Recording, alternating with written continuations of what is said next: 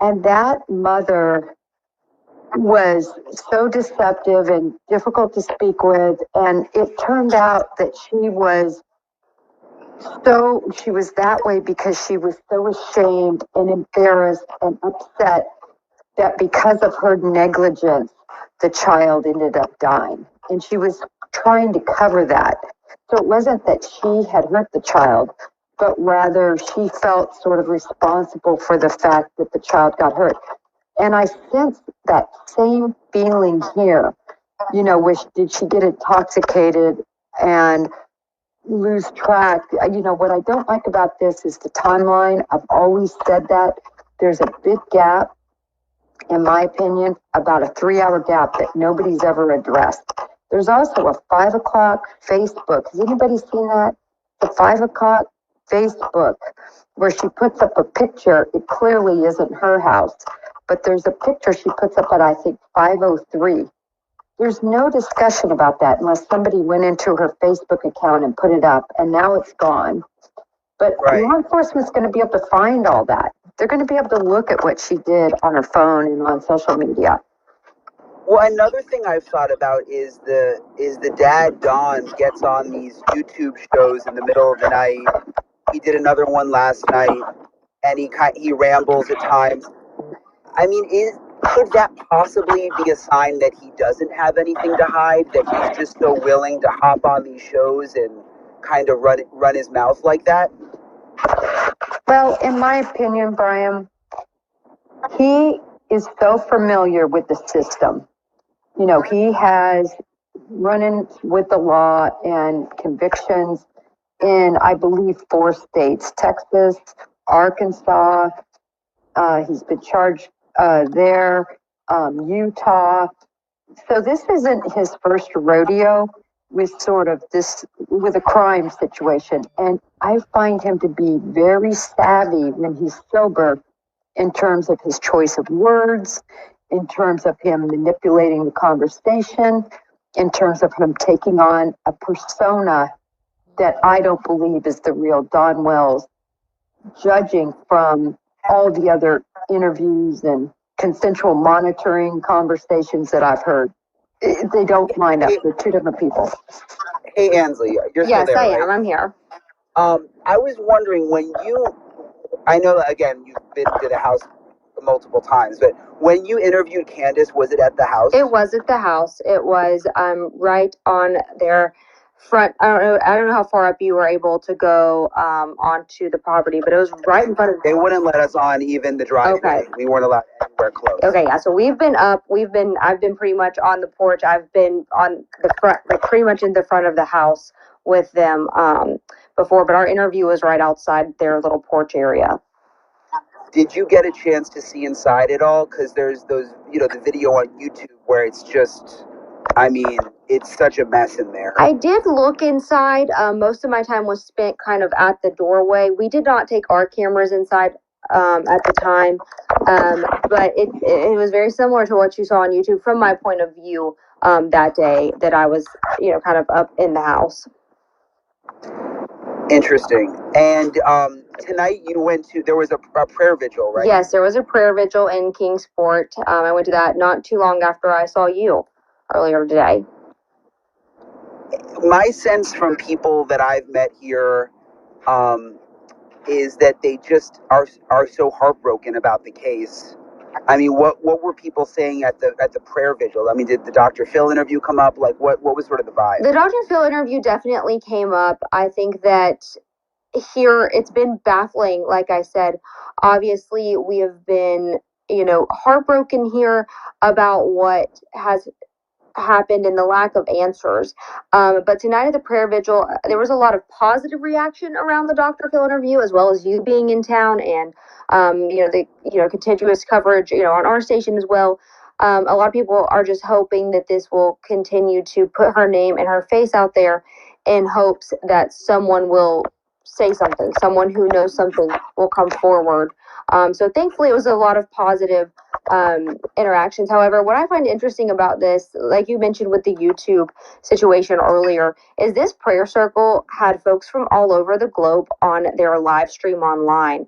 There were only about 5 people there in the room in Kingsport, but they had thousands of people from across the globe online. And you and I have talked before. I've been to most of these prayer circles. They're held weekly. This was the first one inside. Most of them are outside. So obviously the weather's getting a little bit colder here. So that's why there's a location change. But I've been to these prayer circles where there's been anywhere from 3 to 4 people up to 50, sometimes 20. So it's kind of interesting how the shift comes and goes in waves, and when it comes to interest in things like this. And Jennifer, you're there, right? Yes. Okay. One other thing I wanted to ask you that I thought of was with the sheriff today, when we interviewed him, he said basically that they, essentially have made no progress over the last 5 months. Anything is still possible, and everyone involved is a person of interest. And I was sort of sitting there wondering, well, is he saying that to protect parts of the investigation, or do they literally know nothing? I mean, what do you think? I think that is just what he is supposed to say, so that's what he says. They're keeping it close to the vest, what's happening. I truly believe they're waiting for the DCS investigation to conclude. That's going to be a comprehensive report that could be followed up with charges against the parents for the conditions that those children lived in and endangering possibly those children in terms of medical care, in terms of possibly being around them when they were using drugs, possibly exposing them to dangerous individuals. All of that could be on the table for charges in the future against the Wells. Could they be asking the sons while they're in protective care about what they know, since they happened to be there that day? I believe 100% they have been interviewed and probably will continue to be interviewed with very close care by specialists in that field, child psychologists, people who are trained in DCS to conduct those interviews, led by questions asked by law enforcement. In other words, that's what they'll be asking, but they'll do it in the way that's proper. And what did you make, Jennifer, of, because I had heard sort of mixed things. Oh, she took the polygraph, it was inconclusive. Oh, I heard she passed it. So we just had a chance to actually ask the sheriff, and he said, yes, both Candace and Dawn did pass the polygraph. What do you make of that? Well, polygraphs are interesting. The reason that they're not admissible in court is very simple. They are strictly an investigative tool. Sometimes we use it to see if people are just willing to take it, because typically a lot of guilty people don't want to take a lie detector test because they think they'll be found out. Other times people are guilty and they love to take lie detector tests because they think they can beat it. Lie detector tests, you only get to ask 1 to maybe 3 questions. The more questions that are asked of somebody, the worse the results are. So those questions are going to be very pointed. And in other words, did you harm your daughter Summer? Even simpler than that, did you harm Summer? And then they're going to look for a respiration reaction, reactions in their body chemistry. I have seen people who have committed heinous crimes past that. Really? Oh, yes. A lot of people. Because I was thinking, if you're guilty, wouldn't you be scared to take the polygraph? That's just what I was thinking. Well, the people who pass polygraph tests are people who take them under the influence. It's really very difficult to conduct a polygraph in that circumstance. The other situation is habitual liars. People who are habitual liars can pass polygraph tests. And then there's other means of passing polygraph tests. I probably better not get into those. But People can pass them, and they're often passed. And I've seen people who are innocent fail polygraph tests because they're guilty about something else that's similar to the question asked. Interesting. So it's the polygraph. That's why it will never be considered, the suitable for courts. Now I tell you, I took a polygraph. I have to take them all the time with the Bureau. But one time, just a friend of mine, I was doubting how good polygraphs are. So a friend of mine who was a polygrapher for about 25 years, he said, listen, I want you to write a number down between 1 and 20. He said, put it in your pocket. So I wrote a number down, stuffed in my pocket. And he polygraphed me, put me on the box. He said, is it 1? No. 2? No. We went through it. And it was like number 12 or something. And I said, no. Kept going. He goes, just give me the number 12 right now, Jennifer. Wow. So with me, because I'm not inebriated, I'm not a compulsive liar, I didn't use any of the other things that you can do to not be detected. Somebody like me and your normal person, it's very effective with. I don't know how effective it is with Dawn and Candace because I'm very well aware of their use of drugs and alcohol from their recordings and all they've said and so on. Yeah, it is interesting having met with Don yesterday, spending some time with him. You know, he was very calm and polite. And when you do go back and look at the recordings on YouTube, even last night, there was a recording of a YouTuber that he called into, and it's like almost like a different person. I mean, just as someone who's actually just met him, it's such a different tone. There's cussing. Yeah, I listened to that recording, the latest one that he did right after your interview, and it's definitely a Dr. Jekyll, Mr. Hyde type situation that develops when he is under the influence. So Ansley, do you have any questions? Jennifer, I know I didn't really introduce Jennifer, but she's a former FBI agent, more than 2 decades with the FBI. Super cool woman, my friend, and also on News Nation quite a bit talking about this case and other cases, and she's really, really read up on Summer's case.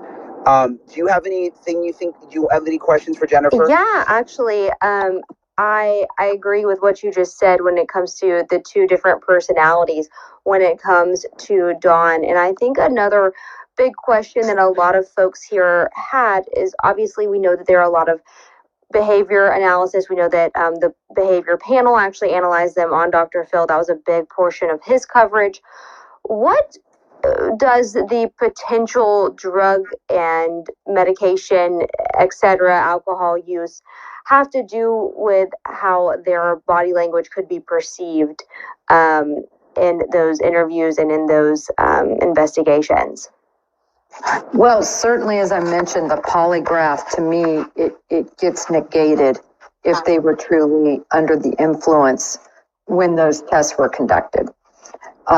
That's in regard to polygraph. In regard to just the interviews conducted by the behavior panel, I watched those and he seems very sober, very composed, very calculating. I think when he is sober, he does a really good job of coming off, for the most part, truthful. But I see a lot of tells with him. When Brian was talking to him about these people and tried to go there, and he said, in fact, the words, I'm not going there, was that effect. Watch him look down. Watch him look down. Typically when people, and you can't read a lot into it, but you can definitely, all of us can see a complete change in demeanor.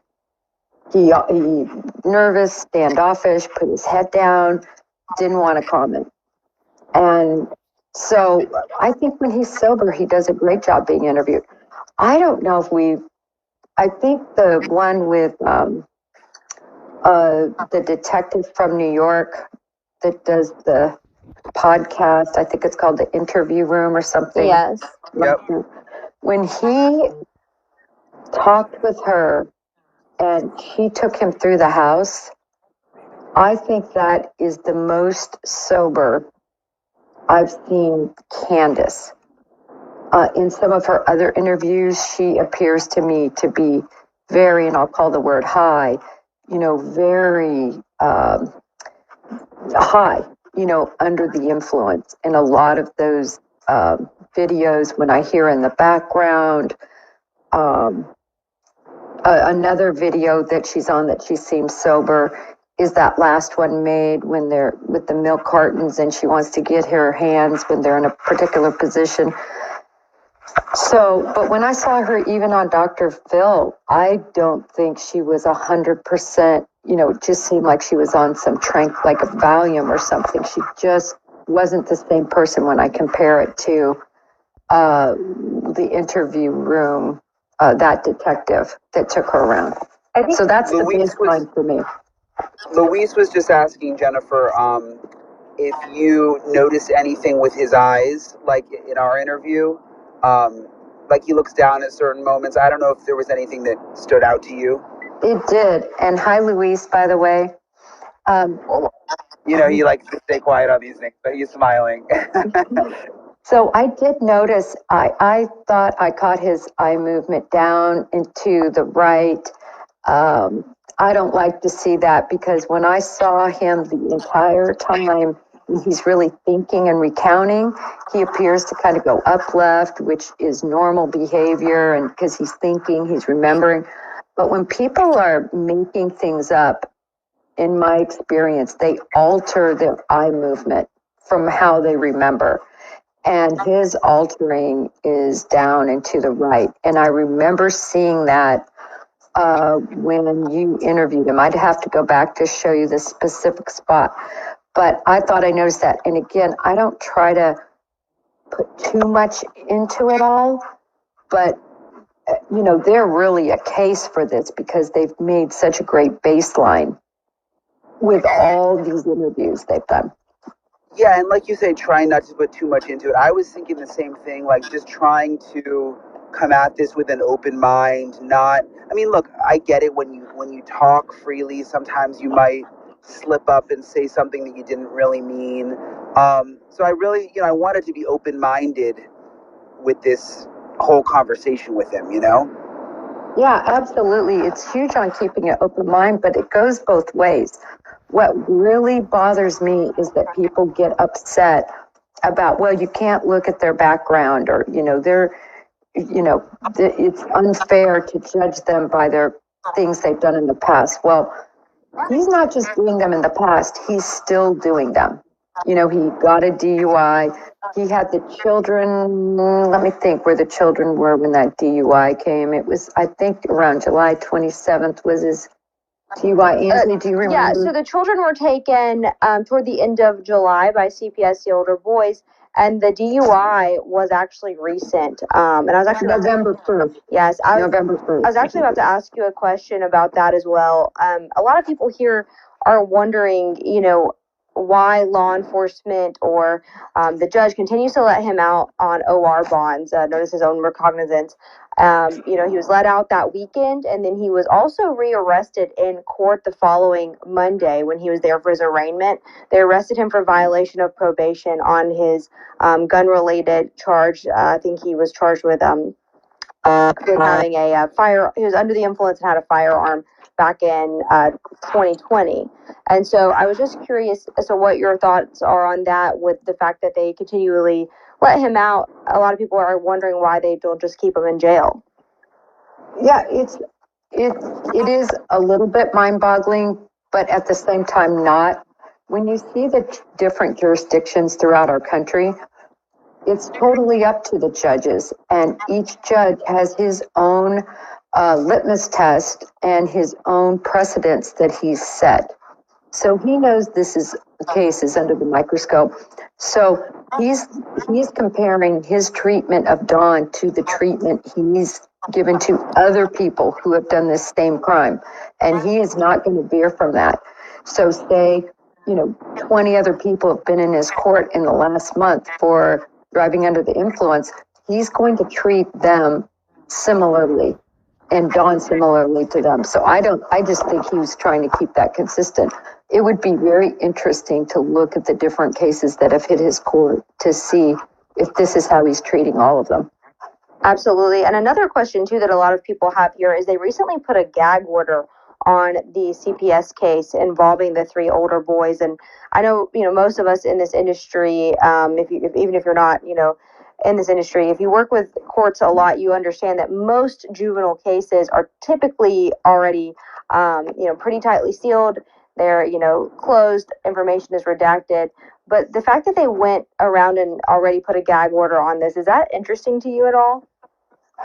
Well, it was necessary because all of the publicity this case has received, the fact that John keeps seeking out podcasters and YouTube and every way he can get his voice out there, he seems to be doing.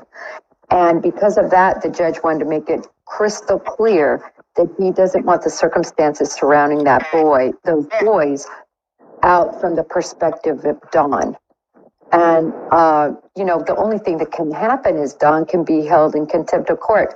In my view, he's already talked about the boys. He actually whispered words to the effect of, or said words to the effect of, I had to say something to the boys about Summer on the side. And then he says, I can't believe the judge isn't even going to let me talk to the boys about their sister. And so he's already kind of talking about them out in the open, which isn't going to help his case ultimately. And it's interesting, the sheriff said today to me, I asked, are the parents, are Dawn and Candus being cooperative? And he said, yeah, they've been cooperative. And he said what she did on Dr. Phil, where she broke down, that's happened before when they've tried to talk to her. But he said they now have, which I shared this with Ansley, he said they now have a lawyer. And so everything is now going through the lawyer in terms of questioning and that kind of thing, which I thought was interesting. And that was not the case the last time I spoke with the sheriff on the record about everything. I'd say last time I saw the sheriff about a week ago, and that was not brought up at all. We didn't do an interview, but we talked about the case, and that was not brought up at all. So that must be fairly recent. Yeah, so he said they're cooperating, but now there's a lawyer involved. So it'll be interesting. But yeah, I'm going to get off here just because we've had such a long day. But Ansley, it was great meeting you. Same to you. Thank you for all your help. I know you're covering the story every day. So thank you. Same to you. And Jennifer, you are always the best. Thanks, Brian. Great being on here with you. Great job getting that nugget out of Dawn. That's a nugget. Yeah, no, I was happy we got the interview just because, the sort of the behind the scenes of the day was like, Ansley knows how it goes some days. It's like you're getting it, you're not getting it, it's all over the place, Absolutely. So it all worked out. But thank you everybody for listening. This was my first Twitter space, so I'll figure out how to take all your questions and stuff next time. But everybody have a good night. Thanks again. Thank you again, Brian. Good night, all. Night, guys.